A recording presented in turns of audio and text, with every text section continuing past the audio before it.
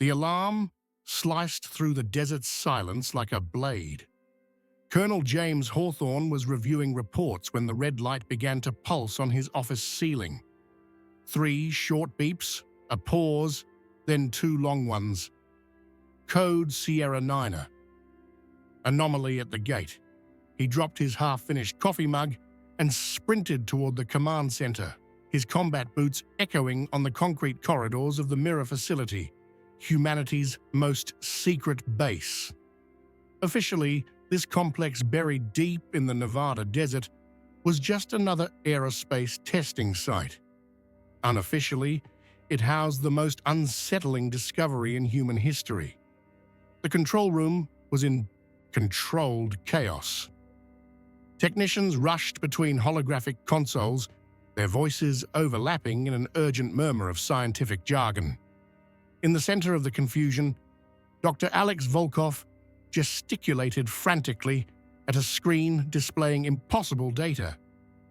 "Report," Hawthorne ordered, his voice cutting through the noise like a whip. Volkov turned, his face pale under the fluorescent lights. NASA's senior physicist had aged 10 years in the last 6 months, ever since the gate had manifested. "Colonel, we have an unscheduled expansion of the dimensional rift. It has increased 23% in amplitude in the last 15 minutes. He pointed to the main screen, where a satellite image showed the dry bed of Groom Lake. In the center, a distortion in space hovered 10 feet above the ground, shimmering like heat over hot asphalt. Gravitational sensors are detecting fluctuations that shouldn't exist. It's as if something is pulling from the other side." Hawthorne approached the screen, his trained eyes scanning the data. He had commanded missions in war zones for 20 years, faced threats that would make ordinary men desert. But nothing had prepared him for this, for a literal doorway leading to another Earth. Status of the containment team? All units in position around the perimeter, monitoring drones active. But Colonel... Volkov hesitated, nervously adjusting his glasses.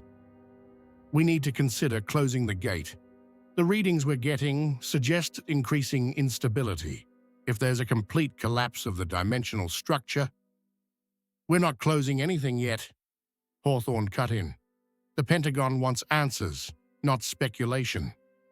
We need to understand what's on the other side before we consider any permanent action." It was the truth, but not the whole truth. In the last 3 months, since initial reconnaissance teams had crossed the gate using drones and then robotic rovers, High Command had changed its stance.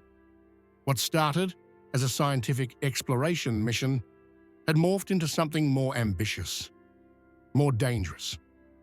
Mirror Earth, as they had named the world on the other side, was identical to ours in almost every aspect.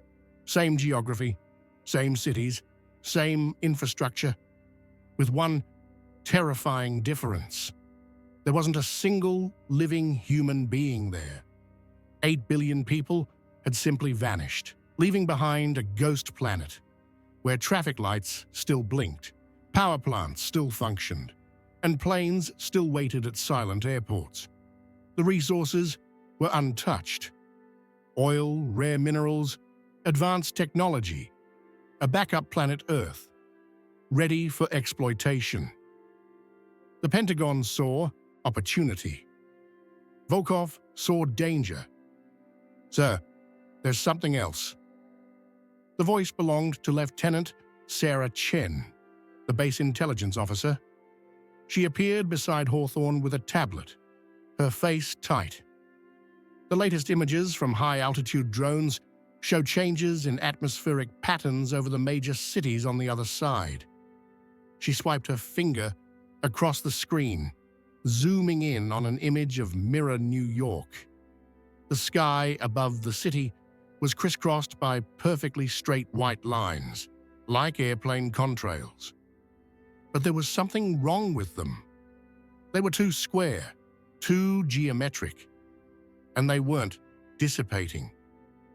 These formations appeared 3 weeks ago and have been growing in density, Chen explained. Spectral analysis suggests they aren't common water vapor. The chemical composition is anomalous. Carbon particles organized in patterns that don't occur naturally. Hawthorne narrowed his eyes. Are you saying they're artificial?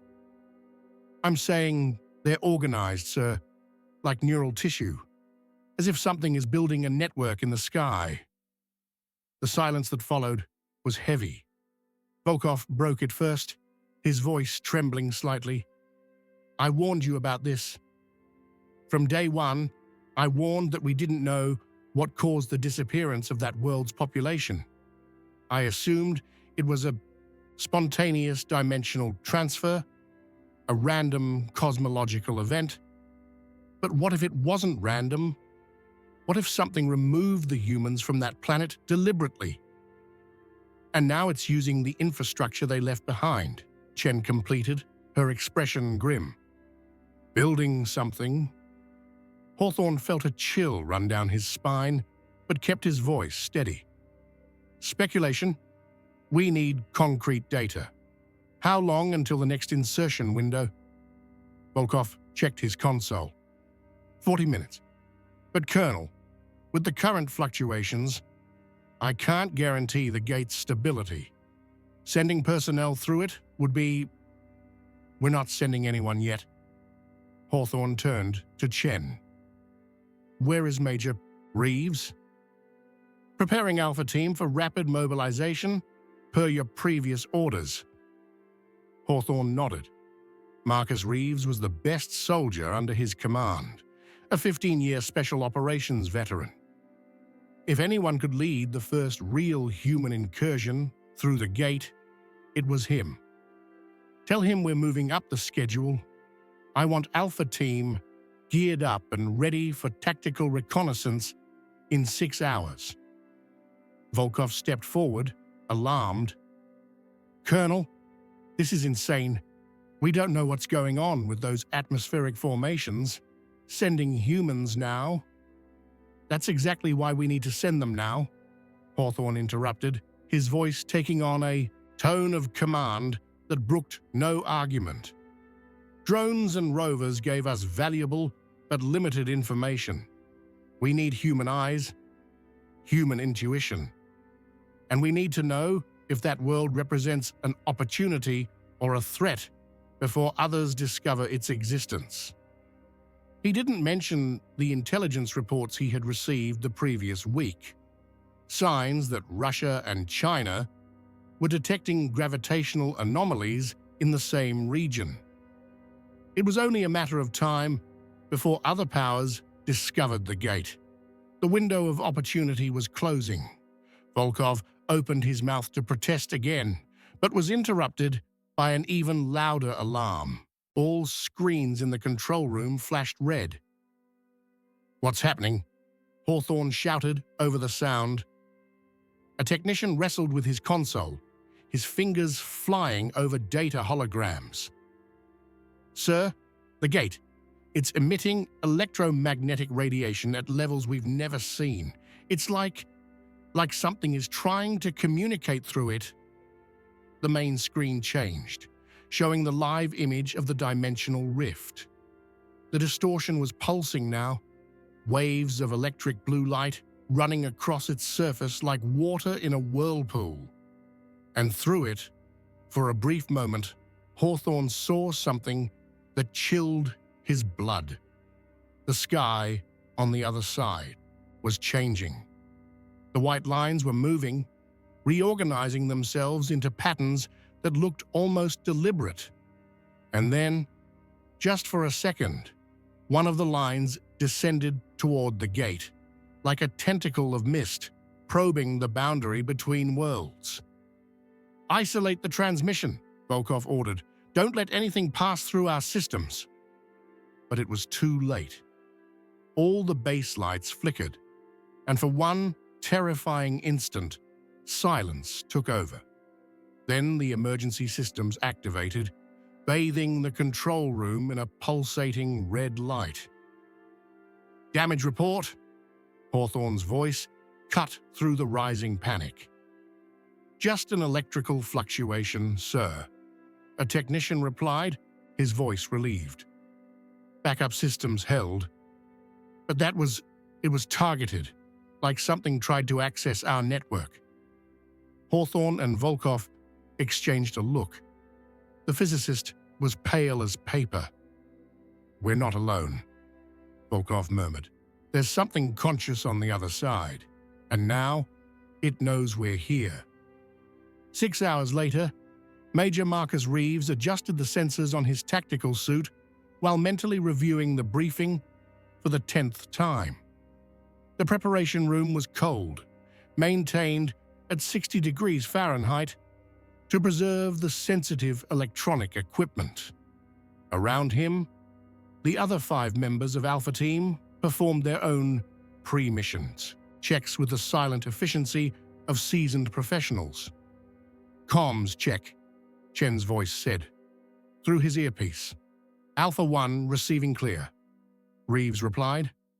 One by one, the other team members confirmed their signals. Sergeant Emily Rodriguez, Electronic Systems Specialist; Corporal David Park, Field Medic; Specialist Hannah Foster, Mechanical Engineer; Lieutenant James O'Brien, Drone Pilot; and Sergeant Marcus Webb, responsible for non-lethal weaponry. Non-lethal. That had been a specific instruction from Hawthorne. Whatever was on the other side, the first approach would be observation and documentation, not confrontation. Reeves appreciated the caution, but years of combat had taught him that plans rarely survived the first contact with the unknown. The preparation room door opened and Hawthorne entered. Volkov right behind him. The colonel had that expression Reeves knew well, the one he wore before particularly dangerous missions. Determination mixed with something that might have been remorse. "Team status," Hawthorne ordered. "Alpha ready for insertion, sir," Reeves replied, saluting. Hawthorne nodded and activated a portable hologram. A 3-dimensional image of Mirror John F. Kennedy International Airport floated in the air between them. "Your target is this location.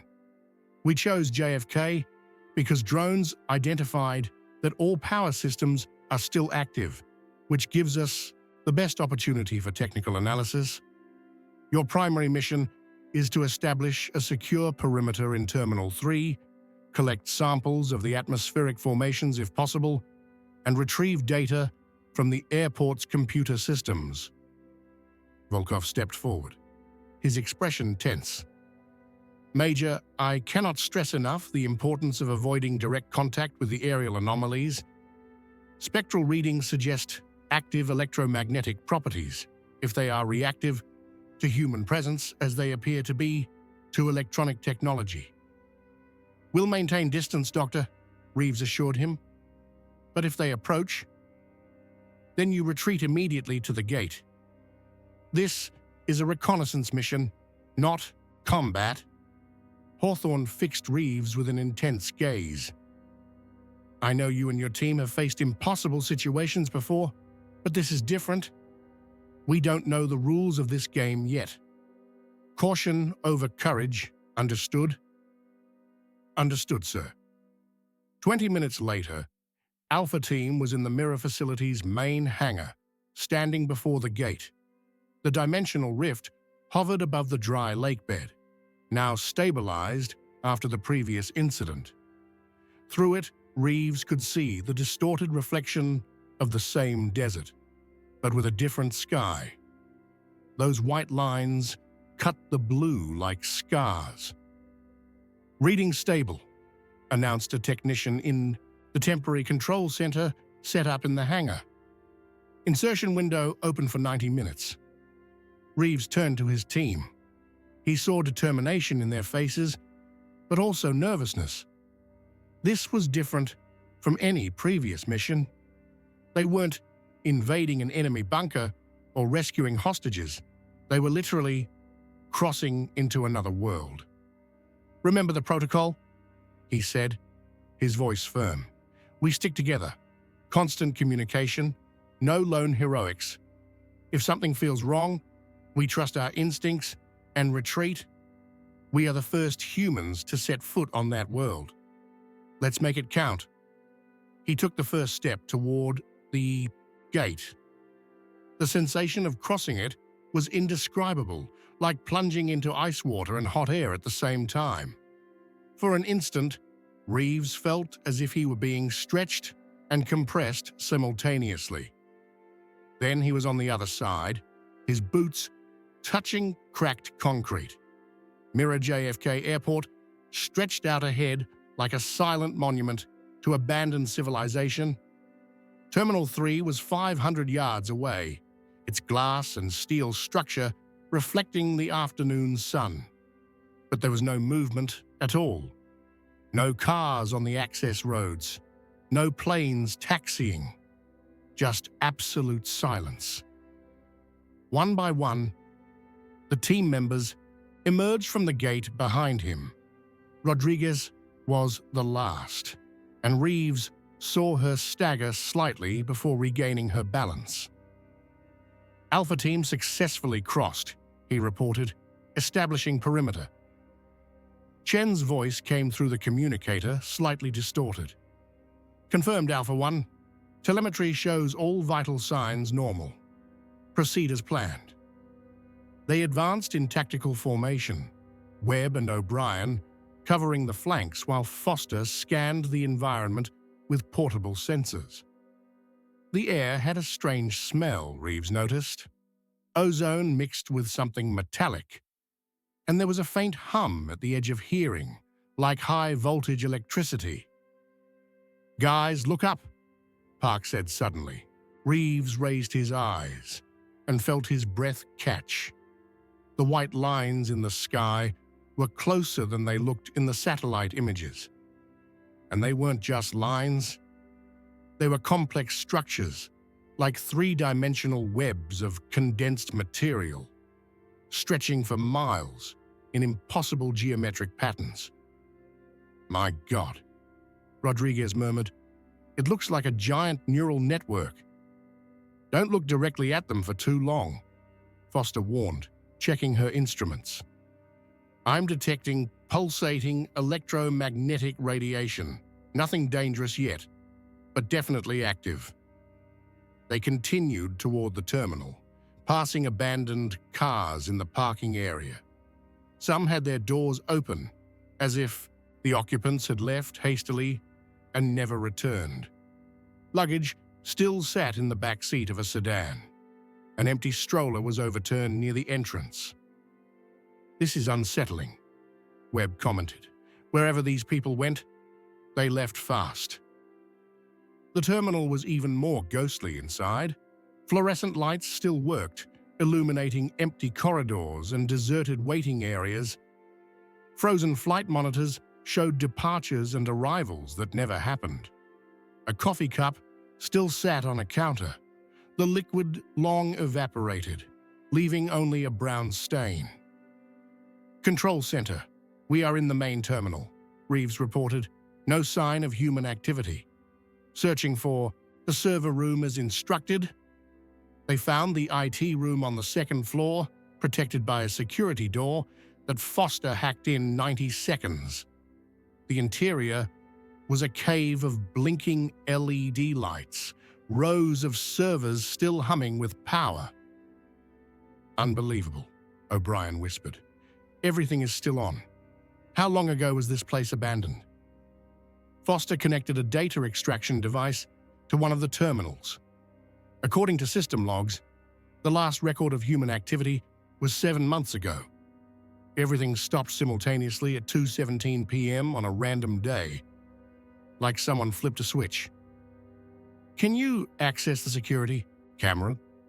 Reeves asked. "Already on it." Foster's fingers flew over the holographic keyboard. "Here, main lobby camera. 15 minutes before the event. The recording showed a normal, busy airport. Families waiting for flights, executives walking briskly, airport staff performing their duties. Then, exactly at 2:17 p.m., everyone simply vanished. There was no flash of light, there was no sound.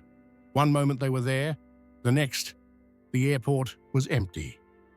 "Play the external roof camera," Rodriguez requested, her voice tight. The image switched to a view of the sky above the airport. And there it was. Seconds before the disappearance, those white lines had begun to form, descending from the clouds like the roots of an inverted tree. And then, when they touched the ground, all humans simply ceased to exist. "We need to report this immediately," Park said, his voice trembling. But before Reeves could respond, the constant hum coming from outside increased in pitch. The terminal lights flickered. And then, through the windows, they saw the white lines in the sky begin to move, descending directly toward them. "Movement in the sky, 500 meters and descending," O'Brien shouted, pointing at the terminal windows. Reeves ran to the glass, watching the atmospheric structures reorganize. What were once static lines now behaved like something alive, tentacles of white condensation intertwining and splitting into increasingly complex patterns. "Alpha 1 to Control Center, we have a situation. The anomalies are reacting to our presence, requesting instruction." Hawthorne's voice came through the communicator with increasing interference. "Stay calm and observe. Don't make sudden movements. Volkov is analyzing the readings from your sensors." Foster had her scanner pointed at the sky.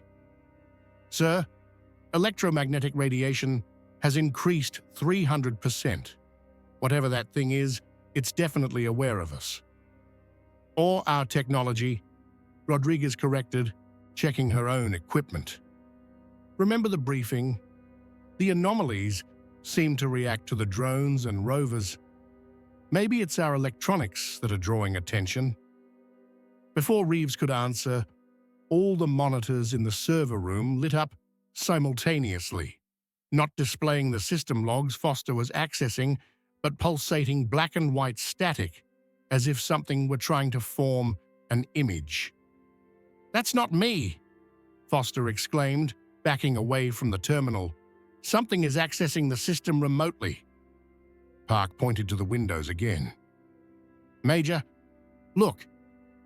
The white structures were touching the top of the terminal now, spreading across the raw glass surface like ice growing on a windshield. But it wasn't ice. It was something that looked solid and gaseous at the same time, rippling with internal energy. And then it happened. All the airport lights flashed in perfect sequence, a wave of illumination that swept through the entire building like a nervous pulse. The loudspeakers, silent for months, crackled to life and began playing flight announcements in a distorted loop. Baggage carousels started moving, automatic doors opened and closed repeatedly. "It's taking control of the building's electrical system," Rodriguez said, fascination and horror mixed in her voice. "Using the infrastructure as an extension of itself. Alpha Team, abort mission and return to extraction point immediately." Hawthorne's order came clear through the communicator. "This is beyond safe operational parameters." "Received. Control Center. Team, move out." They ran for the stairwell, but when O'Brien pushed the emergency door, it wouldn't budge, locked. He tried again, putting his full weight into it, but the electronic security mechanism had been activated. "We're trapped," he said, the realization sending a wave of panic through the team. Foster rushed to a nearby control panel. "Let me try a manual bypass." But when she touched the panel, an electrical discharge threw her back, not strong enough to cause real damage, but enough to make her stagger. "Don't touch anything connected to the power grid," Reeves warned. "Webb, Rodriguez, find another exit. Park, check on Foster." As the team split up, Reeves noticed something disturbing. Through the windows, he could see planes at the boarding gates, and their navigation lights were turning on. Machines that had been inert for months were coming to life. "Major, we need to get out now," Park insisted. "If this thing can control the electrical grid of the entire building, there's no limit to what it can do with all this technology around." Webb and Rodriguez rushed back. All main exits are sealed, but there's a maintenance door on the ground floor that looks mechanical, no electronic locks. "Take us there." They descended the stairs, listening to the building come alive around them. It was as if they were running through the intestines of a waking beast. Lights flickered in patterns that seemed almost deliberate. Air conditioning turned on and off, creating gusts of wind that pushed and pulled. The maintenance door was exactly where Webb had said. A heavy metal exit with a mechanical panic bar. Reeves pushed, and the door opened onto the aircraft apron, and that's when they saw it. 100 yards away, a Boeing 747 was being enveloped by the white structures. They descended from the sky like ropes, connecting to the aircraft's maintenance access points. And then, to the team's absolute horror, the jet engines began to spin. There was no fuel. There was no electrical power connected, but the engines were running, spinning faster and faster until the familiar roar of turbines filled the air. "Impossible," O'Brien whispered. "That violates every law of thermodynamics. There's no power source." "The power source is that," Foster said, pointing at the white structures. "It's using the ropes as conductors, pure energy being channeled directly into the aircraft systems." "Control center, are you seeing this?" Reeves spoke into his communicator. Volkov's response came trembling through the interference. "We are seeing it. Spectral analysis shows energy transfer in a spectrum that shouldn't be possible. Major, whatever this atmospheric intelligence is, it has learned how our technology works. It is literally piloting that plane." As they watched, stunned, the 747 began to move, not taxiing smoothly as a human pilot would, but in mechanical jerks, as if something were learning the controls in real time. The wheels turned, the flaps adjusted, the aircraft began to align itself with the runway. "It's going to try to take off," Rodriguez murmured. "It's testing limits, learning." But then something changed. The aircraft's nose rotated, pointing not toward the runway, but toward the terminal where the team was standing. "Run!" Reeves shouted. They scattered as the jet accelerated directly toward the building. But at the last second, the aircraft stopped abruptly, its brakes locking with a screech of tires. It stood there, engines still, roaring like a predator considering its prey. "It's playing with us," Park said, his voice barely controlling his panic. "Testing our reactions." Reeves forced himself to think tactically. "We need a sample for analysis. Control center, if we collect material from one of the atmospheric structures, can Volkov determine its nature?" "Negative, Alpha 1. Hawthorne's voice was categorical. "Too risky. Return to extraction point now." But Foster was already pulling a collection kit from her gear. "With all due respect, sir, we came here for answers. If we don't bring something back, this mission was in vain." She ran to the side of the terminal where one of the white structures had touched the wall. Up close, it looked even more alien, rippling with internal light, like pulsating neon veins. "Foster, wait!" Reeves shouted, but it was too late. She extended her arm with the collection container, slowly bringing it close to the structure. For a moment, nothing happened. Then, like a striking snake, the thing moved, wrapping around the container and pulling it from her hand. Foster quickly backed away, but the structure didn't follow her. Instead, it seemed to study the container, wrapping around it completely, probing it. Then, with a movement that seemed almost deliberate, it deposited the object back on the ground and retracted. "It rejected it," Foster said, retrieving the container carefully. "It doesn't want inanimate objects.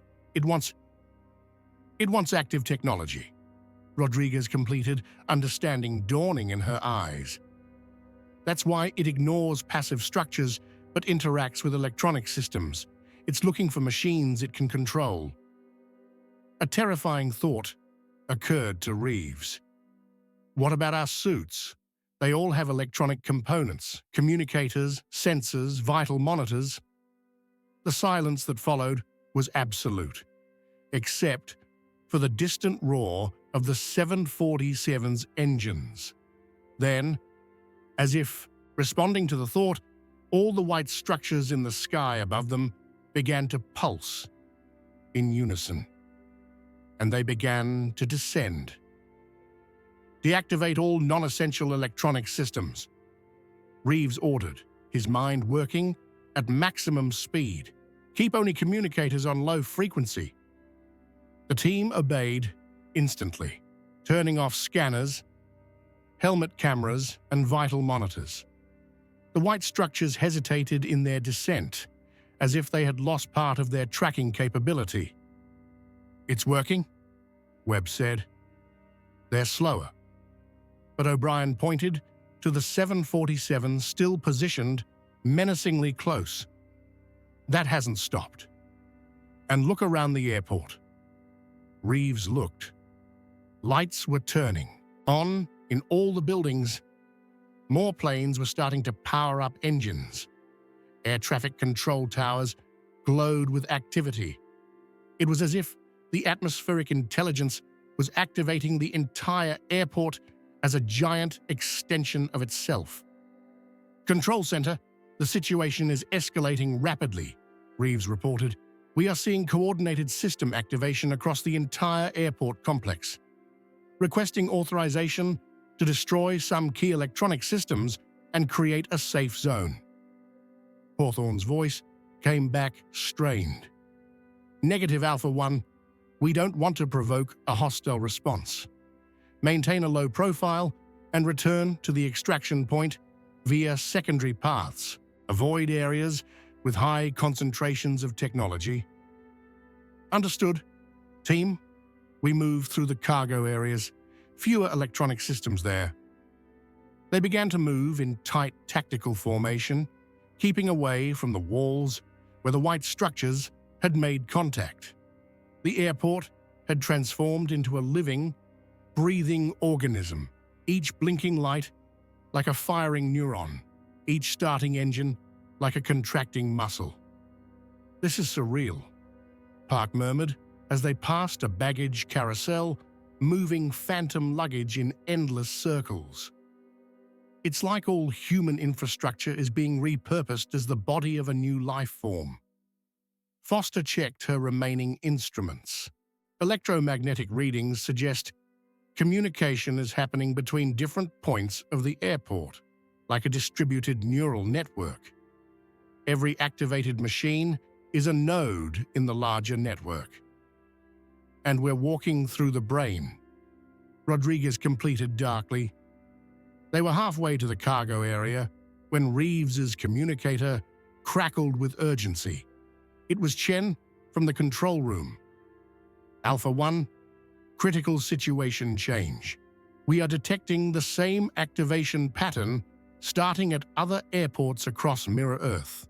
Los Angeles, Tokyo, London. The atmospheric structures over those cities are all descending simultaneously and activating local infrastructure. How is that possible? Reeves questioned. Those cities are thousands of miles away. Volkov's response came rushed. Because they are not separate events. It is a single, globally distributed intelligence. What happened here was a catalyst. By interacting with the technology in this airport, we woke up the entire network. The weight of that revelation hit Reeves like a punch. They weren't just exploring an abandoned site. They had awakened something the size of a planet. Major, there's more, Chen continued. The atmospheric formations over the mirror facility on our side of the gate have started to appear. Small, still developing, but following the same structural pattern. Reeves felt his blood run cold. It's spreading to our world? It appears so, and it's spreading fast. Hawthorne took over the communication, his voice heavy with command authority. Alpha Team, new priority mission. We need to close the gate immediately to prevent further contamination. But that means you will be trapped on the other side until we find another solution. The silence that followed was heavy. Every team member understood the implication. They would be left behind, possibly forever, in a world being consumed by an alien intelligence. How much time do we have? Reeves asked calmly. We estimate 20 minutes before the emergency shutdown protocol is activated. The National Security Council has ordered total containment. If you can return within that time, there's still a chance. Reeves looked at his team. He saw fear in some faces, determination in others.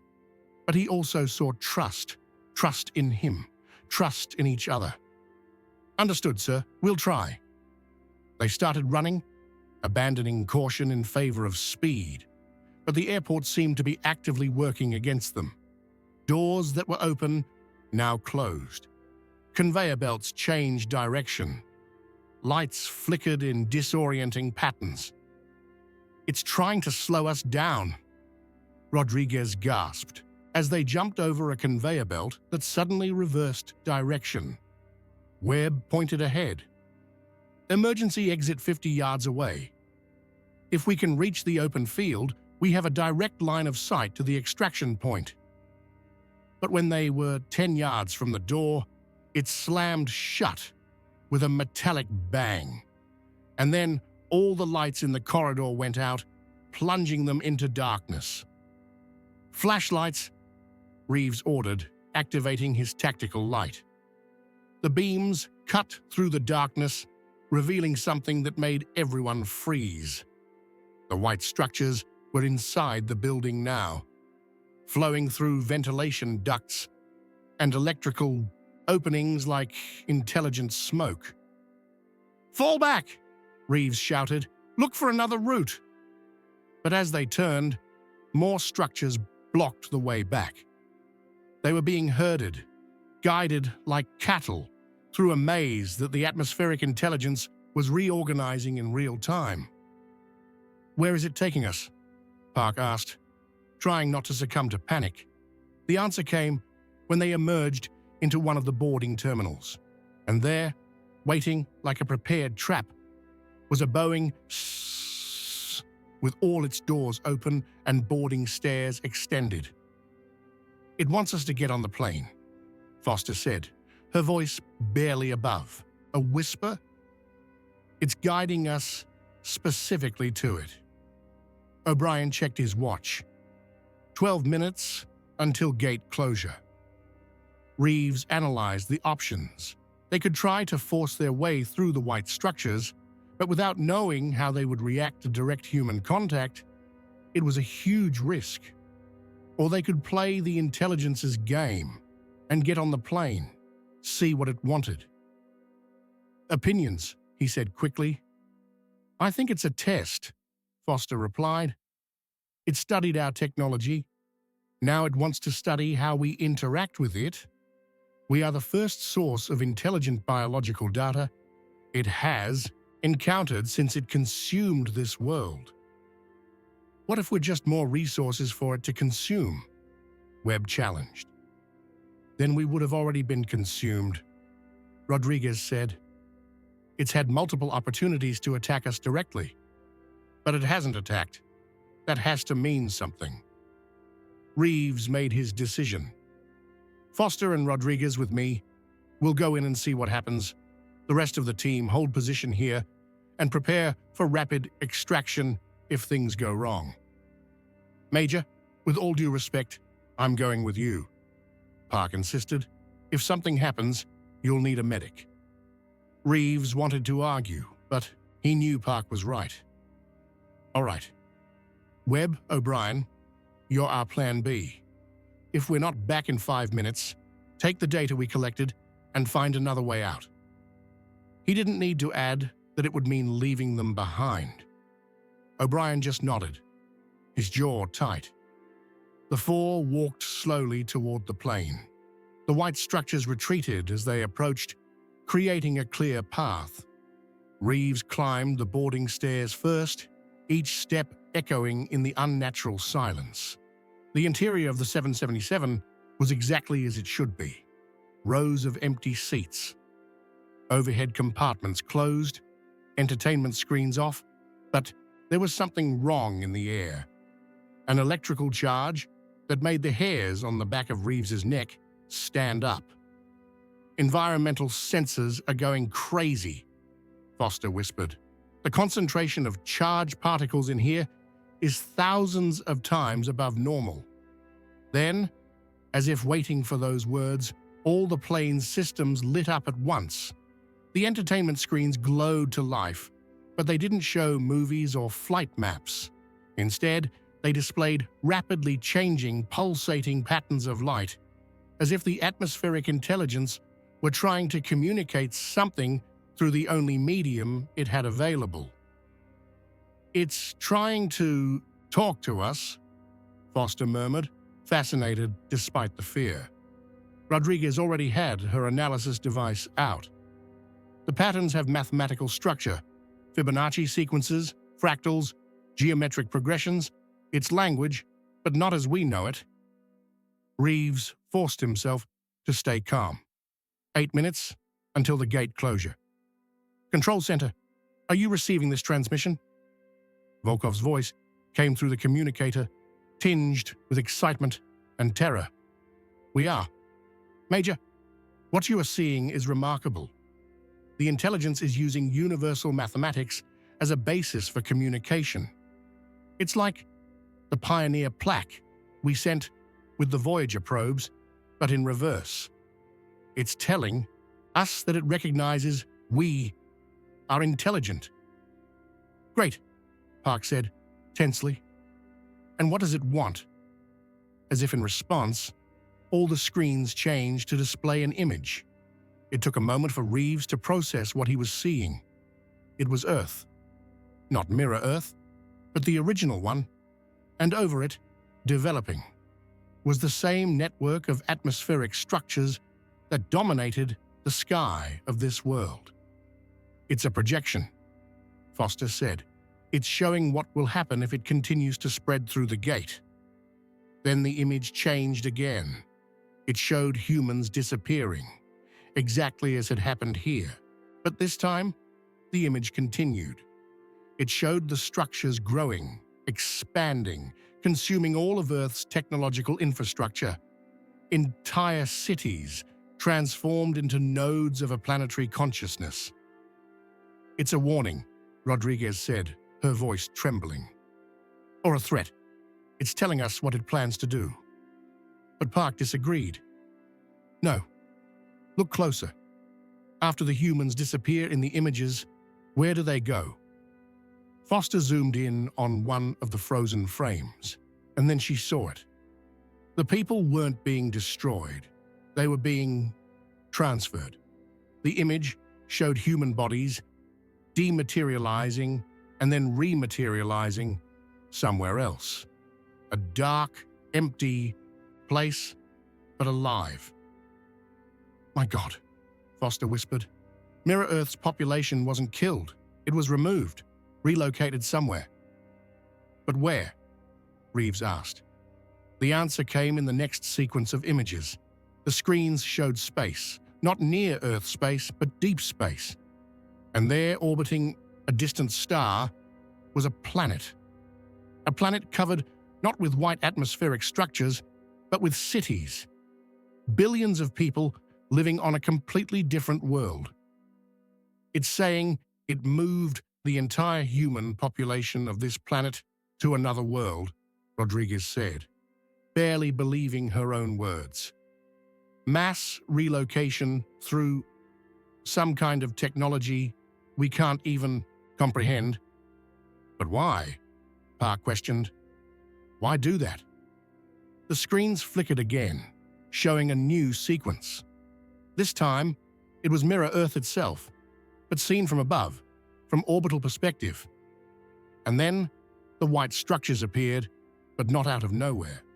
They came from outside the planet, descending from the exosphere like roots seeking fertile ground. "Invasion?" Reeves said simply. This was an invasion. It came from outside, found an inhabited planet, and removed the inhabitants so it could use the infrastructure. "But use it for what?" Foster asked. The answer to that question came when all the mechanical systems of the plane activated simultaneously. Seatbelts began to move on their own. Trays were folded and unfolded.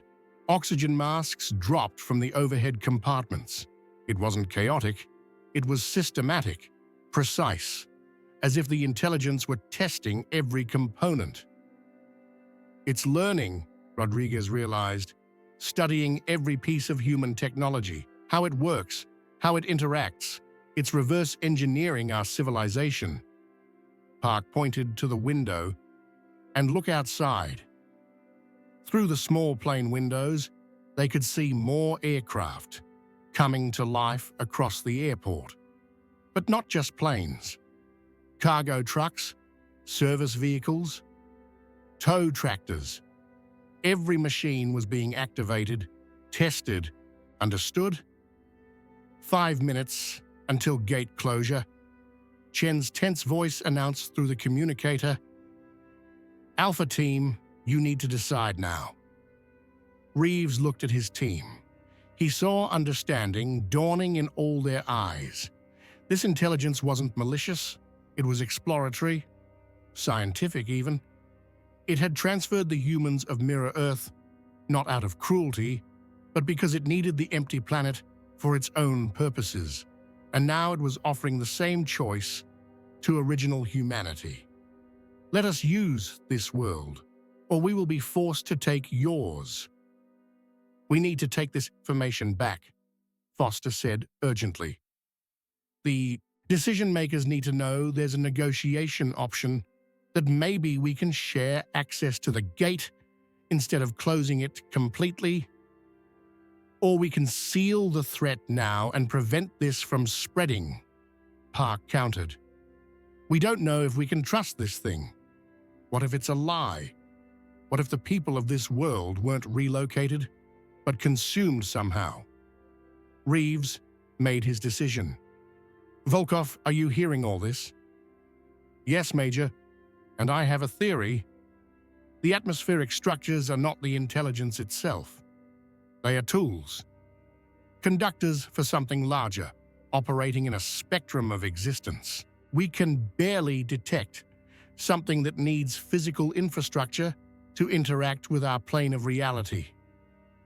And the removed human population? Honestly, it might have been an act of mercy.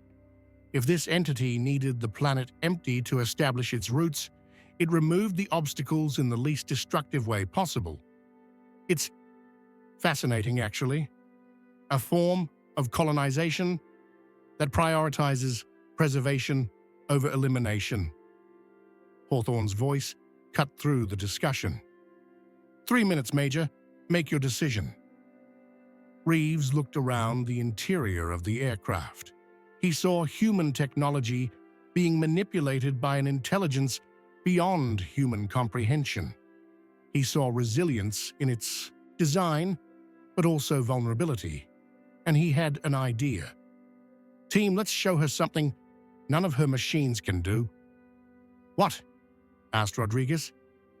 "We're going to show that humans can make irrational decisions based on emotion, loyalty, and sacrifice, things no logical system would ever do." He activated his communicator. "Control center, keep the gate open for 2 more minutes. We have a message to deliver."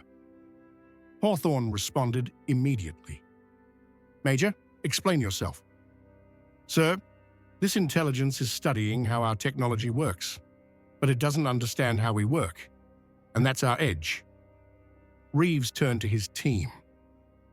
"Foster, I need you to completely deactivate your electronic gear. Everything. Turn yourself into something this intelligence cannot read or manipulate." "Major, without electronics, I have no way to collect data or communicate findings," Foster protested. "Exactly. You'll have to rely on human memory, on direct observation, on instinct. I need you to be my pure, uncontaminated witness to what we saw here." Understanding dawned in Foster's eyes. "You want me to be the proof that humans are more than just machine operators, that we can function independently of technology." "Precisely. Rodriguez Park, you're coming with me. We're going to sprint for the gate using only visual navigation and verbal communication. No GPS, no communicators, no electronic assistance, pure human capability."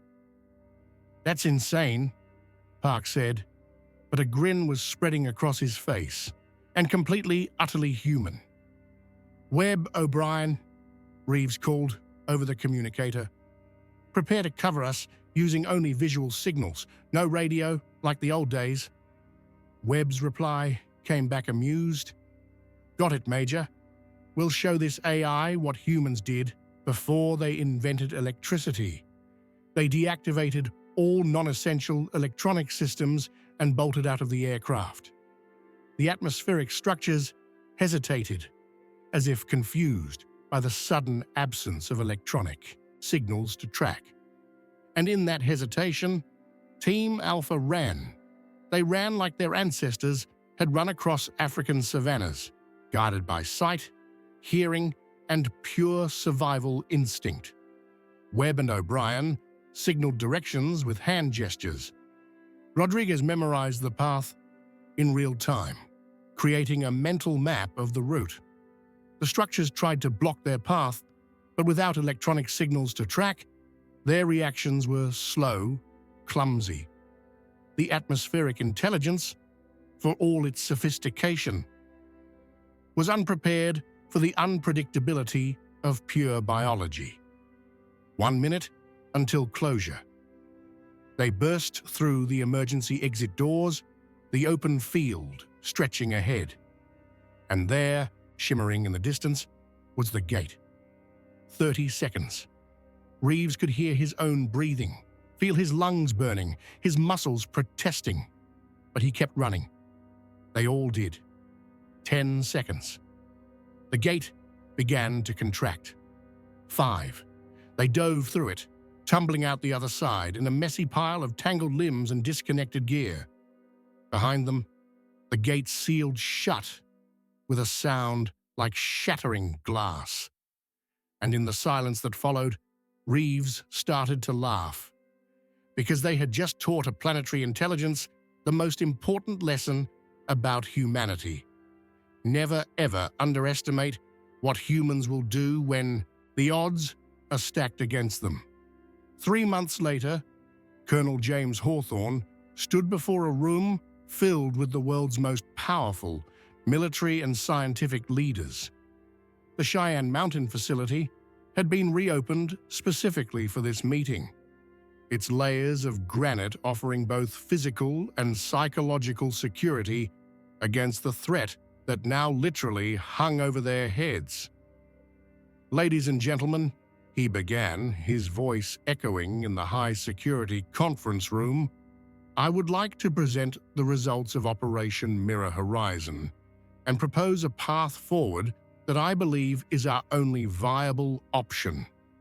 He activated the central holographic display.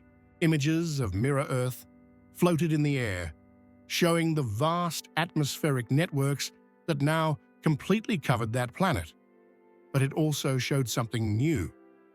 Small sections of the original Earth's sky where similar formations had begun to appear, despite the gate's closure. As you can see, sealing the dimensional rift did not completely prevent the transfer. The intelligence we call the web, for lack of a better name, managed to establish anchor points in our world before the closure. We currently have 7 locations where anomalous atmospheric structures are developing. A Chinese general leaned forward. "Colonel, your reports suggest this web is an intelligent life form. Confirmed?" "Confirmed. Dr. Volkov can elaborate." Volkov stood up, adjusting his glasses nervously. Even after months of studying the web, his scientific excitement still battled his instinct for caution. The web is not life as we know it, but it is definitely conscious and intelligent. It operates on a spectrum of reality we can barely measure, using electromagnetic fields and exotic matter as its medium of existence. Think of it as an entire civilization that exists in the frequency spectrum between radio waves and cosmic rays. A UN representative raised her hand. "What about the missing population of Mirror Earth?" "Our best understanding, based on the pictographic communications the web has established, is that they were transferred to a habitable planet in another star system. The web has dimensional transport technology that renders our concepts of space travel obsolete." "So it was a hostile act," declared an American admiral. "Forced expulsion of an entire planet." "It was colonization," Volkov corrected. "But unlike historical human colonization, the web did not eliminate the native population. It relocated them. That is an important distinction." Hawthorne took back control of the presentation. "Which brings us to the central issue of this meeting. The web wants our planet. Or more specifically, it wants to use our technological infrastructure. We can resist, which will likely result in the same fate as Mirror Earth. Or we can negotiate." The silence that followed was absolute. Finally, the UN Secretary-General spoke. "Negotiate with an entity that invades planets and removes populations? With an entity that demonstrated the capability to remove us completely, but chose not to," Hawthorne countered. "After the incident at the airport, the web had multiple opportunities to aggressively expand through the gate. But it didn't. Instead, it established only minimal anchor points and then initiated what we can only describe as attempts at communication." He switched the display to show complex mathematical patterns. "For the past few weeks, the web has been transmitting sequences through its atmospheric structures. Dr. Volkov's team has managed to decode some of them. They are proposals. Terms of coexistence." The room erupted in simultaneous conversations. Hawthorne waited until silence returned before continuing. "The web proposes the following. It will maintain a limited presence in our upper atmosphere, utilizing only disused infrastructure and uninhabited altitudes. In exchange, it offers access to its dimensional transport technology and knowledge of other habitable worlds." "It's extortion," protested the Chinese general. "It's diplomacy," Hawthorne countered. "And frankly, it's a better offer than any human conquering nation has ever made to an occupied territory." Volkov stood up again. There's more. The web is not just one entity. It is a civilization that has figured out how to live in a state of existence that doesn't require traditional planetary resources. It doesn't compete with us for water, land, or food. It competes only for electromagnetic space, and that is something we can share. But can we trust it? Asked the Secretary General. Hawthorne looked directly at her. No, just as it cannot trust us. But we can build a framework of coexistence based on mutual benefit and constant verification. It's what we've always done with other nations. This is just on a grander scale. The discussion continued for hours, but finally, reluctantly, a consensus began to form. Not because they trusted the web, but because they recognized the alternative was worse. 2 weeks later, Hawthorne was back at the Mirror Facility, now renamed the Dimensional Liaison Facility. The gate had been reopened under strict protocols, and an international team of scientists, diplomats, and military officials was working on what would be the first treaty between humanity and a truly alien life form. Marcus Reeves, now promoted to Lieutenant Colonel, joined Hawthorne on the observation platform above the gate. Hard to believe that was only 3 months ago, Reeves commented, watching technicians install specialized communication equipment around the dimensional rift. Feels like a lifetime, Hawthorne agreed. How's the team? Foster is working with Volkov on the interface project. Rodriguez is leading the translation efforts. Park is documenting potential biological risks from prolonged exposure to the web's radiation. They're all convinced we made the right choice. And you? Reeves considered the question carefully. I learned something at that airport. When we shut down our electronics and ran using only our own capabilities, it wasn't just survival, it was a statement. We told the web that we are more than just technology users. We are adaptable, unpredictable, stubborn. And I think that's what saved us. Human resilience, Hawthorne murmured. More than that, our absolute refusal to accept defeat, even when all logic says we should. The web is a vast intelligence, possibly millions of years more advanced than us, but it never encountered a species like ours, one that bites back, even knowing it can't win. Hawthorne smiled slightly. Humanity, fuck yeah. Exactly. They watched in silence as the first official transmission was sent through the gate, not in words, but in pure mathematics. A simple message: we are willing to talk, to share, to coexist, but never to submit. The web's response came in waves of light through its atmospheric structures, complex patterns that Volkov's computers immediately began to decode. But even without translation, the essential message was clear. Accepted. In the following months, a new normal began to emerge. The web's structures remained in the upper atmosphere, forming an ethereal network that became visible at sunrise and sunset, painting the sky with iridescent light patterns. People were initially terrified, but gradually grew accustomed to it. Life went on, and humanity gained access to knowledge that would transform its understanding of the universe.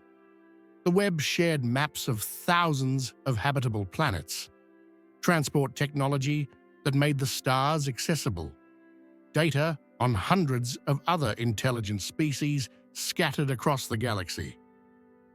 But more importantly, humanity learned it was not alone, and that even facing something infinitely more powerful, it had found a way to not just survive, but thrive. A year after first contact, Hawthorne was transferred to lead the newly formed Agency for Extra-Specific Relations. His office had a view of the sky, where the web structures shimmered softly in the sunlight. Sarah Chen entered with a report. "Sir, we just received confirmation of the first human colony on a planet indicated by the web. Breathable atmosphere, abundant water, no native intelligent life. They're calling it New Earth." "How many colonists?" 10,000 in the first wave, 50,000 planned for next year. Hawthorne nodded, feeling the magnitude of the moment. Humanity was finally taking its first real steps among the stars. Not through slow, risky rockets, but through dimensional portals provided by a civilization that could have destroyed them, but chose not to. "There's more," Chen continued. "The web transmitted a specific message for you." "For me?" "Yes, sir. It took Volkov 3 days to fully decode it, but here it is." She handed him a tablet. Hawthorne read the translated message and felt something he rarely allowed himself: pride. The message read, "You humans are small in number and young in years, but you possess something rare in the galaxy: the refusal to accept impossibility. Other species fear us. You challenged us. For that, you have our respect, and forever, our caution." Hawthorne looked up at the sky, at the shimmering structures that were now part of Earth's horizon. He thought of Marcus Reeves and Team Alpha running across that alien airport, refusing to be just data to be processed. He thought of billions of humans looking up every night, seeing the same altered sky, and choosing not to live in fear, but with curiosity. Humanity had faced annihilation and responded not with weapons, but with stubbornness, with adaptability, with the absolute refusal to give up. And in the end, that had made all the difference. Because if there was one thing the universe needed to learn about humanity, it was this: underestimate us at your peril. We are small, but we bite hard. We are weak, but we never quit. We are young, but we learn fast. And above all, when faced with the impossible, we do what humans always do. We find a way. End of story. If Team Alpha's tenacity and humanity's resilience in the face of the impossible inspired you, you won't want to miss the next Chronicles of the Galactic Frontier. Subscribe to the channel to follow more epic stories of how our species, against all odds, continues to prove it should never be underestimated among the stars. Because in the end, no matter how advanced the technology or how vast the intelligence we face, the human spirit always finds a way to survive, adapt, and thrive. And that is a story worth following.